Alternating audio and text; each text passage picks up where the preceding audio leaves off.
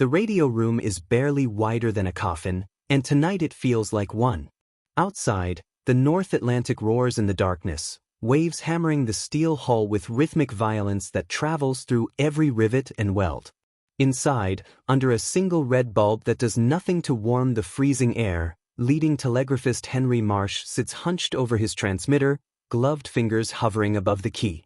Ice has formed on the inside of the porthole, a thin crystalline film that catches the faint glow and throws it back in fragments. The clock on the bulkhead reads 0247 hours. Somewhere beyond the howling wind and the crash of water, in the invisible blackness that stretches to every horizon, German U-boats are listening. They are always listening. And tonight, Marsh is about to do something that every instinct, every piece of training, tells him is wrong. He is about to impose silence. 10 seconds of absolute, deliberate silence on the radio circuit that connects the 43 merchant ships and 4 escorts of Convoy HX 229A as they crawl eastward through wolf-infested waters. 10 seconds when no one transmits, no one calls, no one breaks the quiet with the electromagnetic pulse that could, in an instant, give away their position to the enemy prowling beneath the waves. If you want to know how a single procedure, born from desperation and refined through blood, can change the mathematics of survival at sea, then stay with this story. Hit that subscribe button now, because what happens in these waters, in these minutes, is a lesson in how ordinary men make choices that save lives when everything around them wants to take them. The wind screams louder, and Marsh presses the stopwatch in his palm. The sweep hand begins its slow crawl around the face. 10 seconds. It sounds like nothing until you measure it in the dark. The idea came to him 3 weeks ago, not in a moment of inspiration but in a moment of shame. They had lost the SS Beckworth Castle just after midnight, torpedoed amidships while the radio circuit crackled with panicked transmissions, ships calling for bearings, escorts demanding reports, Commodore trying to maintain order, and all of it bleeding into the ether where German hydrophones could triangulate every word. Marsh had been on duty when it happened, headphones clamped over his wool cap, listening to the chaos unfold. He heard the Beckworth operator send his final position, voice tight and fast, then the carrier wave cut to static. 17 seconds later, the dull thump of the explosion reached them across the water, felt more than heard, a shiver in the steel bones of their own ship. Marsh had stared at the frequency dial, at the jumping needle that showed the circuit still alive with chatter, and something cold settled in his gut. They were shouting into the night, and the wolves were listening. After the attack, after the escorts had churned the water with depth charges and the convoy had scattered and reformed, Marsh went to the captain with a memorandum he had found in a stack of Admiralty communications. It was brief, almost dismissive, a single paragraph suggesting radio discipline during night passages through known U-boat concentrations. The wording was vague, bureaucratic, the kind of thing that gets printed and filed and forgotten. But buried in the language was a concept that Marsh had turned over in his mind until it became something real. Periodic silence. Scheduled quiet. A moment when the circuit goes dark so that anyone listening hears nothing, no position to fix, no pattern to decode. Just the empty hiss of the Atlantic. The captain, a merchant service veteran named Dalton who had survived 2 sinkings already, listened without interrupting. When Marsh finished, Dalton rubbed his salt-burned eyes and asked the obvious question. What happens in an emergency during those 10 seconds? What if a ship is torpedoed and cannot call for help? Marsh did not have a perfect answer.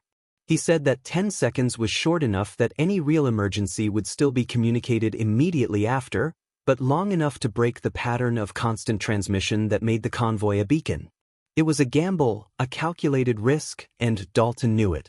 He approved a trial for 1 night, with the understanding that if it caused confusion or cost lives, it would be abandoned immediately.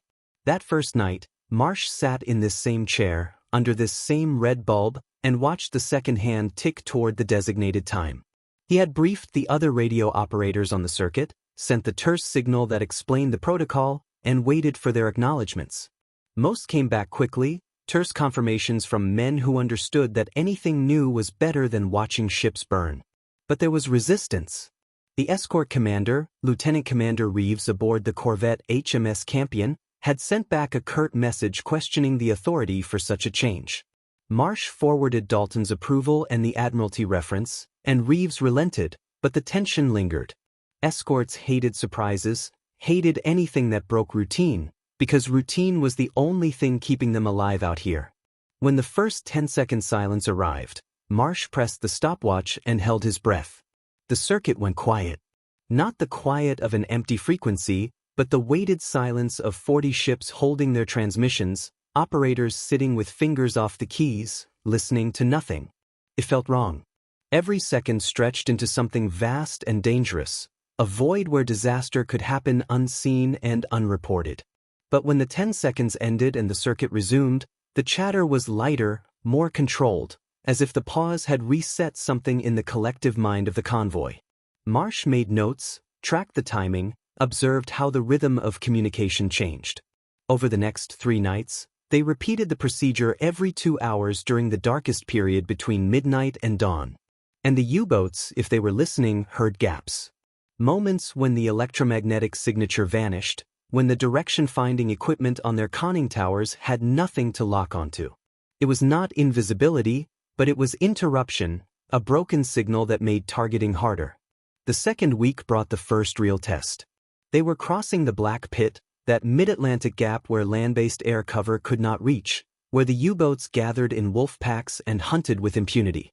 Intelligence reports indicated at least 6 submarines shadowing the convoy, possibly more, coordinating their attacks through high-frequency transmissions that the escorts' Huff-Duff sets picked up like distant thunder. The Huff-Duff, high-frequency direction-finding equipment mounted on the escorts, gave them a bearing to the enemy transmissions but not a precise range. It was a game of angles and guesses, and the U-boats played it well, staying beyond visual range, surfacing only to charge batteries and send their coded reports back to headquarters. Marsh knew the Germans were out there, knew they were building a picture of the convoy's speed and course from every careless transmission, every unnecessary call sign repeated too often. On the 4th night he tightened the protocol. Instead of every 2 hours, they went to 90-minute intervals. Instead of 10 seconds, he suggested 12. Dalton agreed, and Reeves, grudgingly, acknowledged the change. The convoy was strung out across 10 miles of ocean, a loose formation of blacked-out ships moving at the speed of the slowest vessel, which was barely 7 knots. Corvettes and a single destroyer, HMS Van Sittert, prowled the perimeter, pinging with their ASTIC sets, the underwater echolocation equipment that sent sound pulses into the depths and listened for the metallic return that meant a submarine. But ASTIC was short-ranged and unreliable in heavy seas, which tonight were building into steep rollers that made the corvettes pitch and wallow like drunken barrels. Marsh felt the motion even here, the deck tilting under his boots, the bulkhead pressing against his shoulder. He checked the clock. 40 minutes until the next silence. A knock on the door frame. Marsh turned to see Carruthers, the junior telegraphist, a 19-year-old from Manchester who still looked seasick after 2 months at sea. Carruthers held a mug of tea, the liquid sloshing with the ship's motion, and offered it without a word. Marsh took it, felt the warmth through his gloves, and nodded thanks. Carruthers lingered, eyes flicking to the receiver, then to Marsh. "Do you really think it works?" he asked, "the silence thing?" Marsh sipped the tea. It was bitter, overstewed, perfect. He looked at the younger man and chose his words carefully. "I think it makes us harder to find," he said. "Not invisible, but harder. And out here, harder is the difference between making port and going under." Carruthers nodded slowly, then left. Marsh returned to his vigil. The circuit was active, normal traffic, a ship reporting a steering issue, an escort asking for a visual confirmation on a shadow that turned out to be a whale. The voices were thin and distorted, carried across miles of salt water on wavelengths that bounced off the ionosphere and came back warped but intelligible. Marsh knew every operator by the rhythm of their key, the distinctive pattern of dots and dashes that was as individual as a fingerprint. He knew when someone was tired, when they were scared, when they were just going through the motions. Tonight, they all sounded tight, clipped, the kind of discipline that came from knowing death was close. The Huff-Duff operator on HMS Van Sittert broke in with a contact report. Bearing 270, strength 4, German naval frequency. The transmission had lasted only seconds, A coded burst that gave the wolf pack an update on the convoy's position. Reeves ordered an alteration of course, 15 degrees to starboard, a standard evasion that would take them away from the projected intercept. The convoy turned, slowly, ponderously, each ship following the lead of the Commodore's vessel, the SS Empire Galahad. Marsh listened to the acknowledgments, the terse confirmations, and felt the deck tilt as their own ship came around. The wind was out of the northwest now, driving spray across the FOCE that froze on contact, turning the deck into a skating rink. Up there, the watch were in oilskins and life jackets, lashed to stanchions, scanning the blackness for the pale feather of a periscope wake that probably would not be visible even if they were looking straight at it. The convoy's only real defense was not seeing the enemy but making the enemy's job harder. Harder to find, harder to target, harder to coordinate. The 10-second silence was part of that. A small piece, maybe, but in a war measured in tonnage sunk and lives lost, small pieces accumulated into survival. The clock reached the 90-minute mark. Marsh keyed the transmitter and sent the alert. 10 seconds, mark on my signal. He watched the acknowledgments flash back, then pressed the stopwatch and transmitted the mark. The circuit died. The silence was immediate and total, a flat line on the frequency that felt like holding your breath underwater. Marsh counted in his head, synchronized with the sweep hand. 1, 2, 3. The ship rolled heavily to port, and something metallic clattered in the passageway outside. 4, 5, 6. The red bulb flickered, dimmed, then steadied. 7, 8, 9. A faint crackle in the headphones, might be atmospheric, might be nothing. 10. He released the stopwatch and the circuit came alive again, voices returning in controlled sequence, each station checking in. All present. No attacks during the blackout. Marsh exhaled and made a notation in the log. 90 minutes later, they did it again. And 90 minutes after that. By dawn, they had completed 6 cycles without incident. The convoy was still intact, still moving, and the U-boats, if they were still shadowing, had not struck. Reeves sent a message to Dalton, copied to Marsh. Procedure appears effective. Continue as authorized. It was the closest thing to praise Marsh had ever received from the escort commander. But effectiveness was not measured in quiet nights. It was measured in the nights when the wolves closed in and the silence became a weapon. That test came 3 days later, under a sky so black and overcast that even the stars were erased. The barometer had dropped throughout the afternoon, and by evening the seas were mountainous, 30-foot swells that made the merchant ships disappear into troughs and reappear on the crests like toys. The escorts were taking green water over their bows, their astic sets uselessly hammered by the turbulence.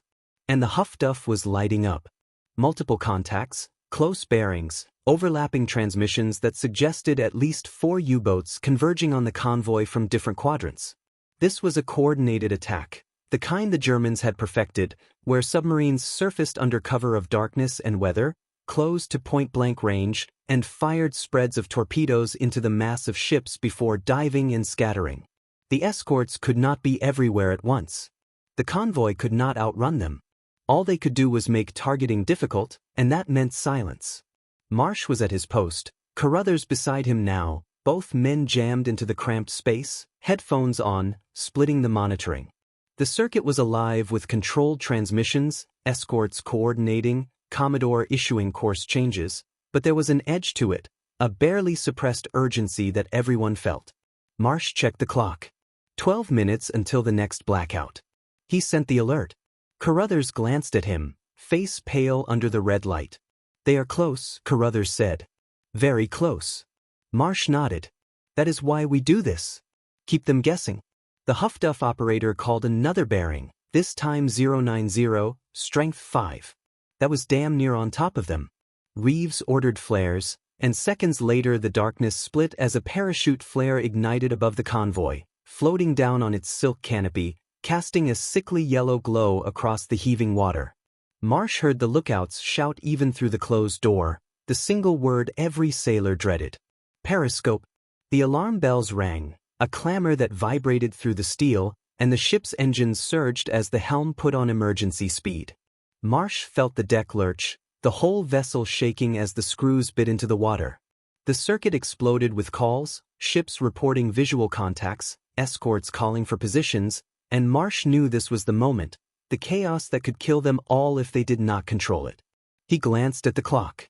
3 minutes until the scheduled blackout. Too long. He made a decision that was not his to make, keyed the transmitter, and sent an emergency silence call. All stations, immediate 10-second blackout, mark now. He did not wait for acknowledgments. He pressed the stopwatch and the circuit went dark. Carruthers stared at him. That was not scheduled, he said. Marsh kept his eyes on the stopwatch. But if that U-boat is listening for our transmissions to fix a firing solution, we just went invisible. 10 seconds. It was the longest 10 seconds of Marsh's life. Outside, the battle unfolded in bursts of sound and light. The destroyer Van Sittert opened up with its 4-inch gun, firing star shells that hung in the sky and turned night into a jagged parody of day. Marsh heard the crack of the shots, felt the concussion through the hull. The U-boat had dived, or maybe it had not, maybe it was still there, maybe it was lining up a shot. The silence on the circuit was absolute. No chatter. No positions called. Just the empty hiss. 5 seconds. 6. 7. The ship heeled hard to starboard, a violent evasive turn that threw Marsh against the bulkhead and sent Carruthers sprawling. The mug of tea that had been wedged in a corner flew across the room and shattered. 8. 9. 10. Marsh released the key and the circuit came alive, but now the transmissions were disciplined, tight, escorts calling ranges and bearings with no wasted words, Commodore ordering a scatter to port. The convoy split, each ship turning away from the perceived threat, and the U-boat, if it had been preparing to fire, lost its neat target picture. The Van Sittert and one of the corvettes, HMS Bluebell, charged toward the last known position, depth charges ready. Marsh listened to the tactical chatter, heard the calm voice of the Van Sittert's ASTIC operator calling out ranges. Contact firm, 200 yards, moving left. Then the unmistakable crack of depth charges dropping, the underwater explosions that came back as muffled thuds through the hull, shaking the sea itself. 1, 2. The pause. 3, 4.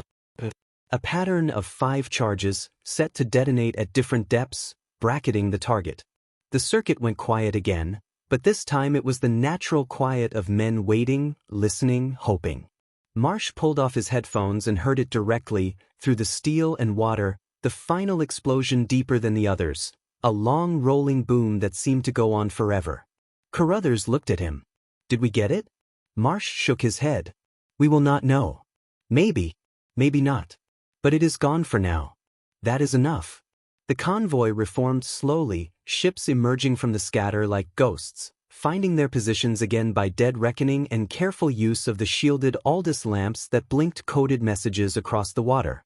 The flares burned out, and the darkness returned, thicker than before, oppressive.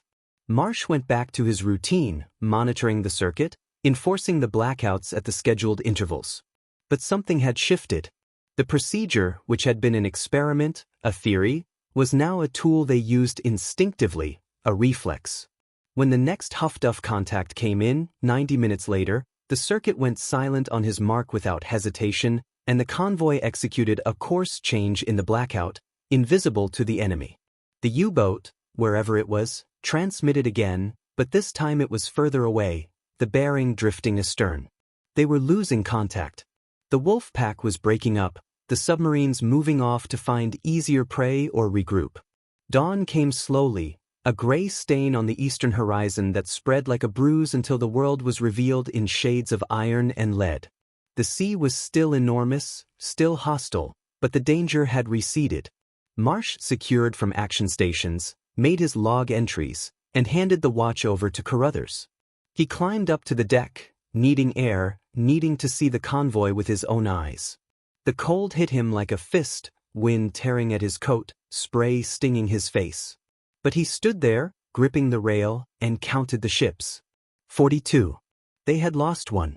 The SS Kenton Grange, torpedoed in the initial attack, had gone down fast, too fast for the lifeboats. Marsh had heard the transmission, the brief call for help, then nothing. 38 men. The sea had taken them in seconds, and no amount of radio discipline could have saved them. But the other 42 were still here, still afloat, still pushing east toward home. And Marsh knew, with a certainty that settled in his bones, that without the blackouts, without the silence, more would have died. Maybe many more. The procedure became standard. Not just for their convoy but for others. Marsh wrote a detailed report, submitted it through Dalton to the Admiralty, and weeks later received a terse acknowledgement that the protocol had been circulated to other convoy operators. The language was dry, bureaucratic, but the meaning was clear. It worked. The statistics would come later, compiled by analysts who would never feel the cold or hear the explosions, who would reduce the terror and the losses to percentages and graphs. They would note that convoys employing periodic radio silence during high-threat night passages experienced a 63% reduction in successful U-boat attacks compared to those maintaining continuous communication. 63%. Marsh would see that number in a memorandum months later, and it would feel both enormous and hollow. Because 63% was not 63 abstract points. It was ships that made port, cargo that reached England, men who went home. It was the Beckworth Castle and the Kenton Grange, and all the others whose names filled the casualty lists, measured against the ones who survived because someone decided that silence, even for 10 seconds, was better than the alternative. But that morning, standing on the deck in the dawn light, Marsh did not know any of that. He only knew that they were alive, that the convoy was intact, and that the small choice he had made, the insistence on discipline and quiet, had mattered. He went below, back to the radio room, and relieved Carruthers, who looked dead on his feet. Marsh settled into the chair, put on the headphones, and listened to the circuit. Normal traffic now, routine calls, the mundane business of keeping 42 ships moving in formation. It was beautiful. It was life. The rest of the crossing was not easy. It never was. The weather worsened, a full gale that forced the convoy to heave to for 6 hours while the ships rode out seas that towered above the masts. 2 more U-boat contacts, both at extreme range, both driven off by aggressive escort tactics and the disciplined radio silence that made tracking difficult. Marsh maintained the protocol, tightening it further as they approached the western approaches where the concentration of submarines was highest. By the time they passed the Outer Hebrides and entered the relative safety of coastal waters, they had completed the crossing with the loss of only 1 ship. It was a good run, by the brutal standards of 1943. Other convoys were not so fortunate. Marsh heard the reports, the casualty figures, and felt the weight of it. But he also felt something else, a quiet pride that was not about heroism or glory but about doing a job, about finding a solution in the chaos, and about the collective discipline of men who trusted each other enough to embrace silence when every instinct screamed to communicate. The convoy dispersed at Liverpool, ships peeling off to their assigned docks, escorts heading to Greenock for replenishment. Marsh stayed aboard until their own ship was secured alongside, then gathered his logs and reports and stepped onto solid ground for the first time in 31 days. His legs felt strange, too steady, the world not moving under him. He made his way to the Naval Liaison Office, submitted his paperwork, and answered questions from an intelligence officer who seemed more interested in the Huff-Duff contacts than in the radio procedure. But at the end of the interview, the officer paused and looked at Marsh directly. "This silence protocol," he said. "It is being adopted fleet-wide. You should know that. It is saving lives." Marsh nodded, too tired to feel much of anything. "Please. That is good." He left the office and walked through the blacked-out streets of Liverpool, past bombed-out buildings and queues of people waiting for rations, and felt the disconnect between his war and theirs. They were all fighting, all enduring, but in different ways, and the victories were small and often invisible. He thought about Carruthers, about Dalton, about Reeves and all the others whose names he knew only as call signs and radio voices. He thought about the men on the Beckworth Castle and the Kenton Grange, names he would never know, faces he would never see, but who were as real as anyone he had ever met. The war was not about grand strategies or decisive battles, not from where he sat. It was about 10-second silences in the middle of the night, about making the right call when everything was uncertain, about the cumulative weight of small decisions that added up to survival. And it was about the voices on the circuit, the brief transmissions that said "We are here, we are still here, we are together in this." That was what the silence protected. Not the ships, not the cargo, but the connection, the knowledge that you were not alone in the dark. Marsh found a pub that was open, ordered a pint, and sat in a corner nursing it slowly. The room was full of sailors and dockworkers, their voices loud and rough, a wall of sound that was comforting after the isolation of the radio room. He listened without engaging, content to be anonymous, and let the exhaustion seep through him.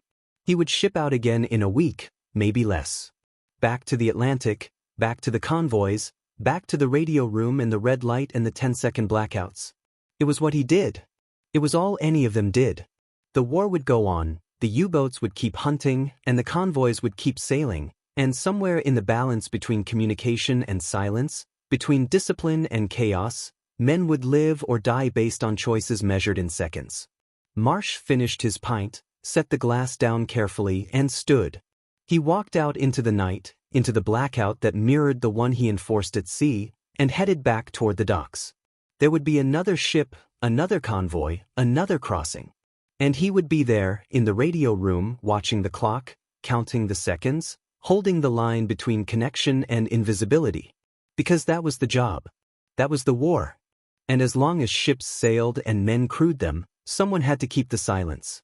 If this story has shown you anything, it is that history is made not just by generals and admirals, but by the radio men, the lookouts, the engineers, the ordinary sailors who faced the dark and made choices that mattered. The 63% reduction in night attacks was not a miracle. It was discipline, training, and the courage to trust in a procedure that felt wrong until it proved itself right. These stories, these lives, deserve to be remembered. So if you have stayed with us this far, if you want to hear more about the men and women who fought this war in ways large and small, then subscribe now. Click that button and join us as we continue to uncover the human truths behind the statistics, the names behind the numbers, and the moments of quiet bravery that changed the course of history, one 10-second silence at a time. Marsh would not have asked for recognition. He would have said he was just doing his job. But his job, and the jobs of thousands like him, kept the convoys moving, kept the supplies flowing, and kept the lifeline across the Atlantic open when the outcome of the war hung in the balance. That is worth remembering. That is worth honoring. And that is why we tell these stories.